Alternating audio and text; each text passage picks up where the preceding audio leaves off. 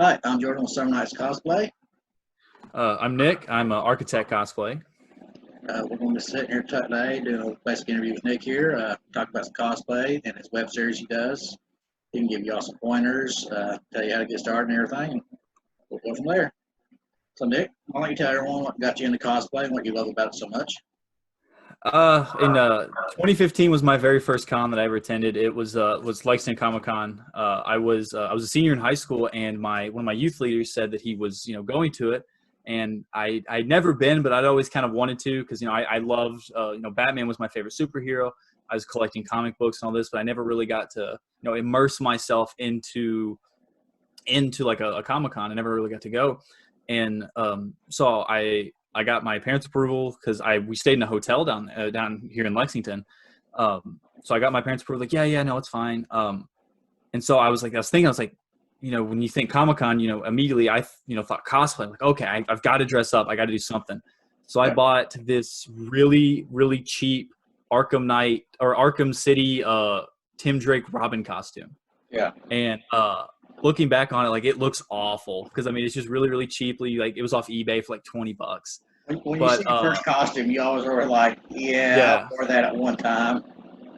I can find a photo of it really fast. But so we got down there and I started seeing all these different cosplays and this incredible talent from all these different characters. And I was like, man, that's kind of really cool. And then so every year from then on out, I've gotten to go to Lexington.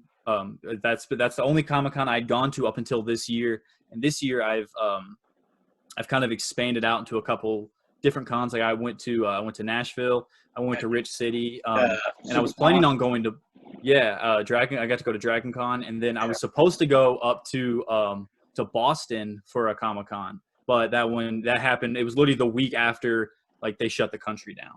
Yeah. So I was a little bummed about that one. Well, now here it is right here. Yeah. Here's my very first. I've seen worse first ones, but so, and then you can kind of see it right there is so I'm in a picture with Dane Southworth, who is the Quantum Ranger, which is my favorite it's my favorite Power Ranger ever. Like Jason David Frank, Tommy, he's up there, but like Eric Myers, the Quantum Ranger, that's my guy. So I was looking on eBay because I was trying to find the Quantum Morpher before I went because I saw he was going to be there. It's like, oh, this is going to be so much fun. I'm going to get to meet my favorite Ranger of all time. And these things were like 50, 60, 75 bucks. I was like, whatever. So I made the Morpher out of cardboard, like down to the detail. It looks pretty good, man. Yeah, like it obviously didn't have depth, but like it was there. I made sure I got the sizing right. It's like that was like I think the very first like kind of prop I made and like wore out in public because I had made like cardboard morphers before that. So like I made like the Mighty Morphin, like the Legacy Morpher, I guess. I made cardboard versions of that, and I actually sold them to people. Like people were buying them for like $5, $6, $7 a piece. So I was doing that, but. Yeah, that was my very first cosplay, and then from there on out, my first cosplay that I made from scratch was actually the year after that. I made a Nightwing, which that one was fun because I took it should be right in here. Give me one, but I took a motocross chest plate that I planned on using for another cosplay. Ironically enough, here is Dan Southworth again, the year after, but my very first Nightwing, and then I painted the details on it. But that was the very first time I'd made one. I was like, man, I kind of like making them a little bit more because you get to put your own ideas into the process. It was a lot of fun. Your first Nightwing looked way better than my first Nightwing. No one told me about getting like those Lar suits. I figured, I could sew onto one of those. Yeah. Bad idea. Yeah. Yeah, so I thought, cool. I look decent in this. I can try to do a backflip, and it ripped all the way down. Oh, no. Yeah. I've only had one costume, like, ripped to the point I'm like, I probably shouldn't wear this anymore. I had a Deadpool suit that I got from Party City. It ripped right below the seam, like right here in the lower back. Yeah. And it ripped probably like that much. And I was like, I don't think I need to wear this one anymore. No. Because, buying, the cheap ones from, Party City, the problem with me is that I'm so tall, but like the width never matches the height on me. See, my problem Like with my that's the shoulders, where my shoulders are a lot broader. Uh, yeah, I wear a medium in the torso, but a large in the shoulders, so it throws yeah. everything off. Like anytime I do a commission, that's like, okay, my shoulders and my neck are pretty thick. And that was the last time that me and this commissioner goes, "There's no ways your shoulders are like 22 inches and your torso's this." I go, "Trust me, I got broad shoulders. Yeah. I'm from Kentucky. It happens." So, what were some things you were surprised about when you first got on? I mean, like just the talent of just, I mean, just casual people, like because you have your like your panelists and your people that are there with booths, like those, like your big name cosplayers, I guess. Those were really cool. But then just like, you know, Susie who works at a bank, or like Jim who's a Yeah, teacher, like just, I mean, the detail in like some of like, it was incredible. Because I mean, you have your, you know, your comic accurate stuff, or your, you know, your highly accurate, and then you have, you know, certain renditions, and then your original characters. There was just so much to take in, you know, for my very first, you know, time through. And it was really cool to see all these different ideas, especially for like certain characters. There yeah. was multiple, there was like the same character multiple times, but you never saw them look exactly alike, and I thought that was Uh, really cool. and that kind of gives you different ideas what to do with your costumes too. Yeah, yeah, yeah. Okay, let's see. What was the one thing that turned you off about cosplay? Like, was there something that when you first con that kind of made you steer away from it a little bit or anything? I don't think it necessarily was my first con, but because like I graduated high school at 135 pounds. It's like Yeah, I was, I mean, little thing, and then now I'm almost 200 pounds now. It's like I've gained a lot of weight through college, but I was always kind of insecure about cosplaying certain characters because of my size. Because yeah, like I felt, I was like, oh, I was a little too small, and oddly enough, I actually never got kind of the bad treatment, or like the kind of anything like that, until I cosplayed Green Arrow last year. yeah. And I was walking through Lexington, like I was walking through the show floor on the first floor at LexCon, and I just hear out of my right ear, someone goes, "Hey, Ollie, you lost a little weight, huh?" It's like, I'm 190 pounds, dude. I don't think I can lose much more weight. You can spend 6 hours at the gym every day just to Yeah, dude, it eat was 5 pounds of crazy how chicken. much. Yeah, man, I was because I mean, now kind of branching to the web series, because I mean it is a Green Arrow web series, Yeah, so like I wanted my look to kind of be kind of like Stephen Amell, because there's been I think it was Smallville was the only other live action Green Arrow we've had, yeah, but I mean everyone knows Stephen Amell, like that's the Green Arrow. So like I wanted to, you know, believably kind of look somewhat like him and be able to do the things he does. So I mean I was getting in the gym 5-6 times a week for, you know, 2 hours, going like especially getting out of college. I would come home from the gym, I'd eat like 3 pieces of chicken, drink like a big old glass of milk, just protein overload, man, just trying to put as much weight on. It was crazy what I was trying to do.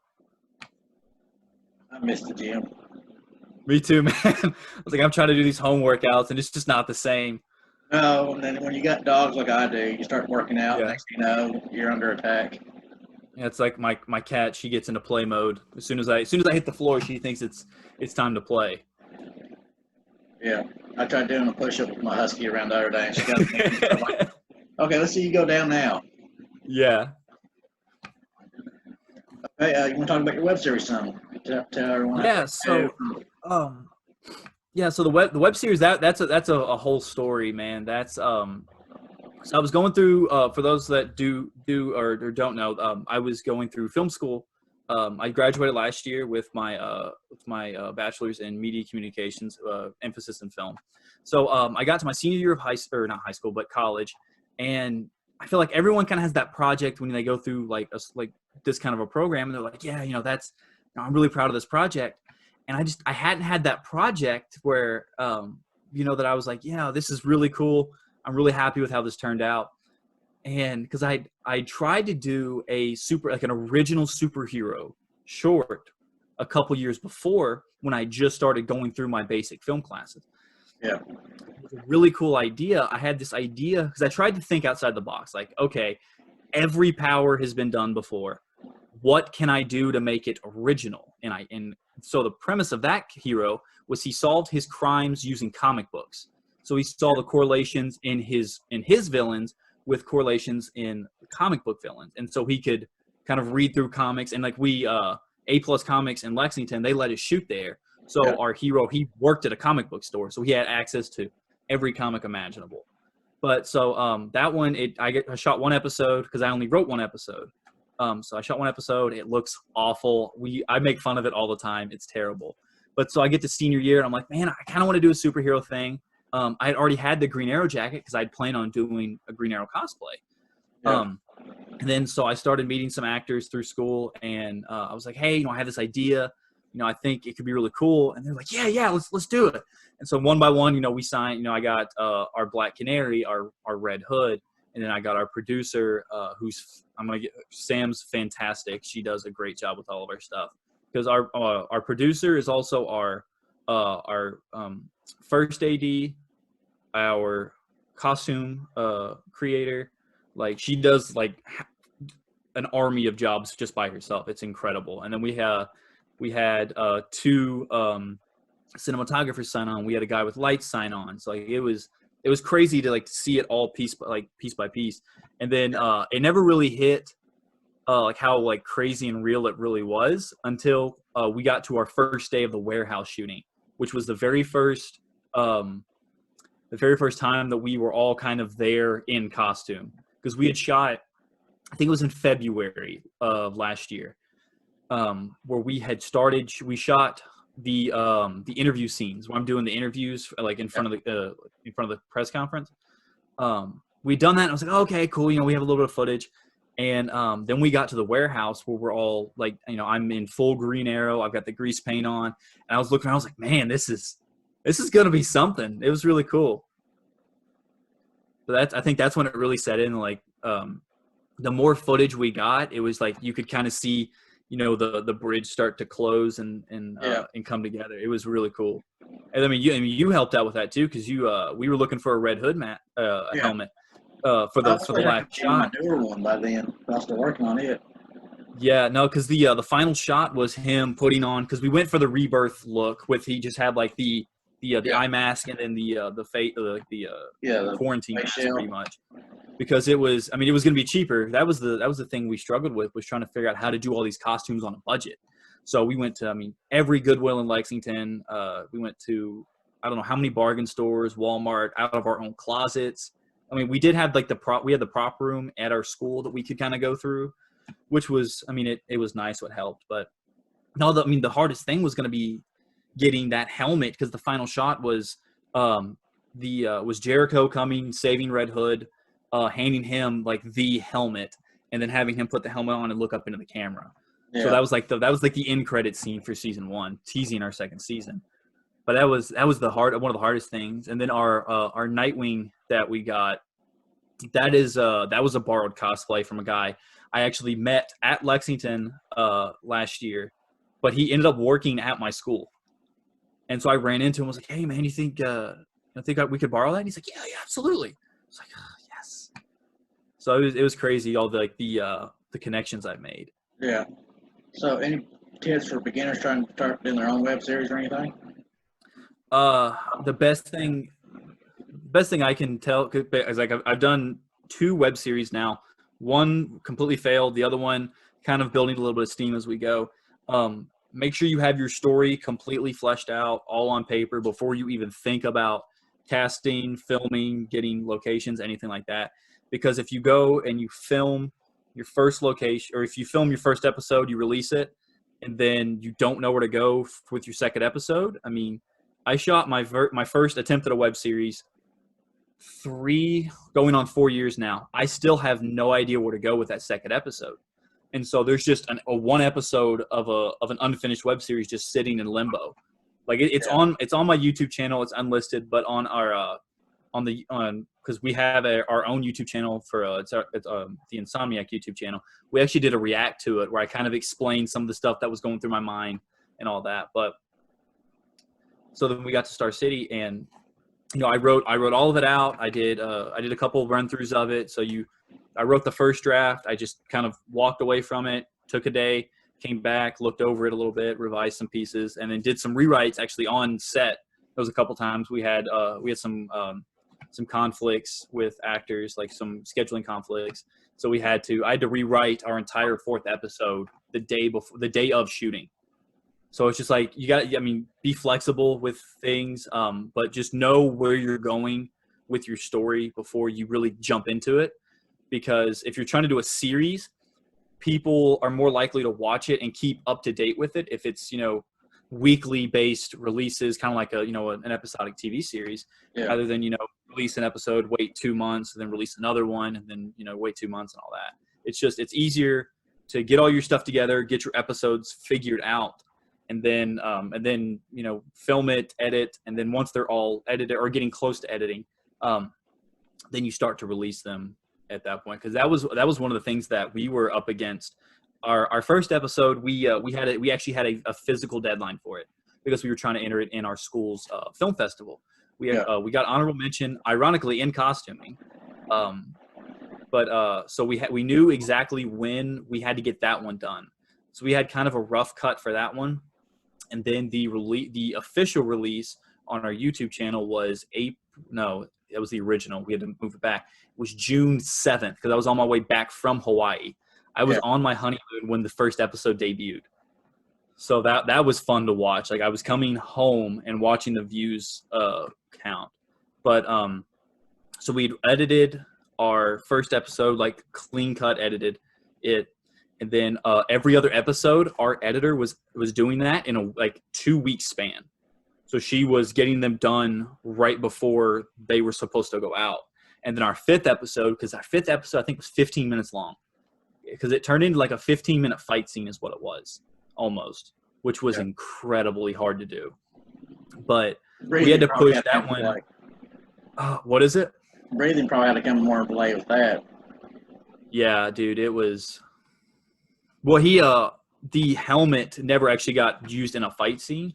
Yeah. So what we did is about halfway through that fight, he gets hit, and the red mask across his face gets taken off.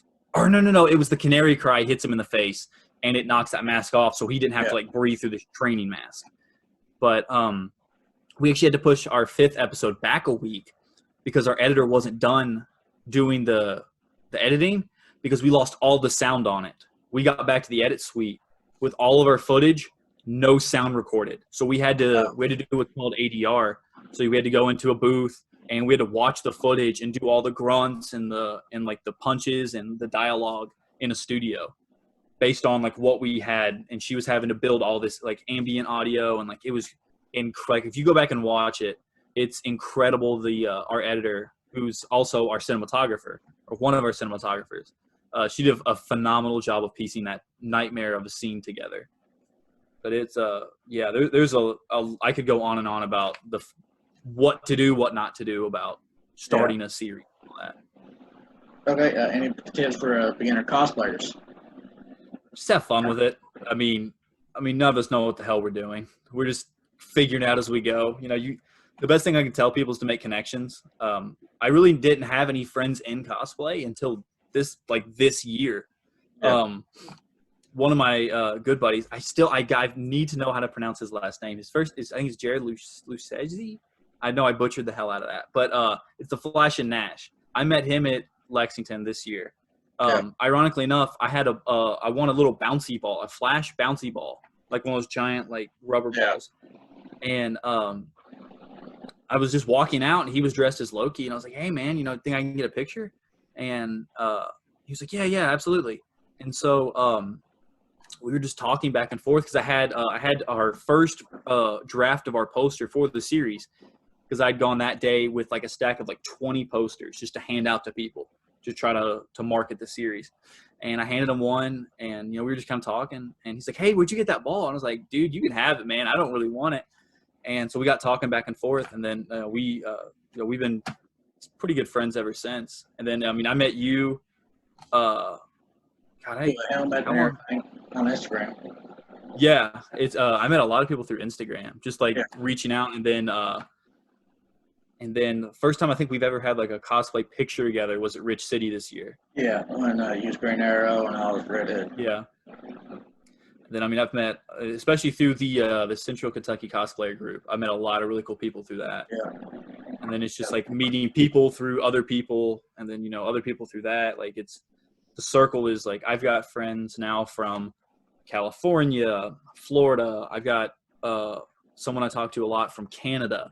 Like it's crazy all the people that I communicate with through this community. Yeah, and it's also good for our charity events or like Yeah, man, community it's events so we cool. do, like that comic shop one. Yeah. Well, at least when you're handing out posters like you were talking about, you don't have to worry about me throwing a T-shirt at you and trying to get it to you. Dude, that was horrible, man. So we were doing it was at Rich City Comic Con. Jordan was he was one of Judges. the judges for the cosplay contest, and it was all over, and they had like this big box of T-shirts, and I was in the back of the room. It wasn't a very big room at all, but there was just kind of a lot of people in there, and so he's trying to throw these T-shirts to me, and this dad, I swear, he was Inspector Gadget, man. He just was like, no matter where Jordan threw him, he just snatched him out of the air. Dude, I think he walked out of there with like 5 or 6 T-shirts. He did, because I mean, I'll go left, I go right. I mean, no matter which, yeah, man. He was every bit of 6'4", 6'5". I mean, his wingspan was huge. And I was like, man, I can get these to other people, but it's like a game. It's like and I felt like we were attached on a string, because like if I tried to move around him, he felt my presence move, and he moved with me. It was funny. Yeah, we got a good laugh out of that. Yeah, that was great. Well, brother, I'm out of questions. Thank you for being on this one with me. Yeah, no problem, man. This has been fun. Yep. So I'm Jordan with SomerKnight's Cosplay on Instagram. Yeah, I'm Nick, and I'm a Architect Cosplay on Instagram. Y'all have a great day and be safe out there with this quarantine stuff. Stay.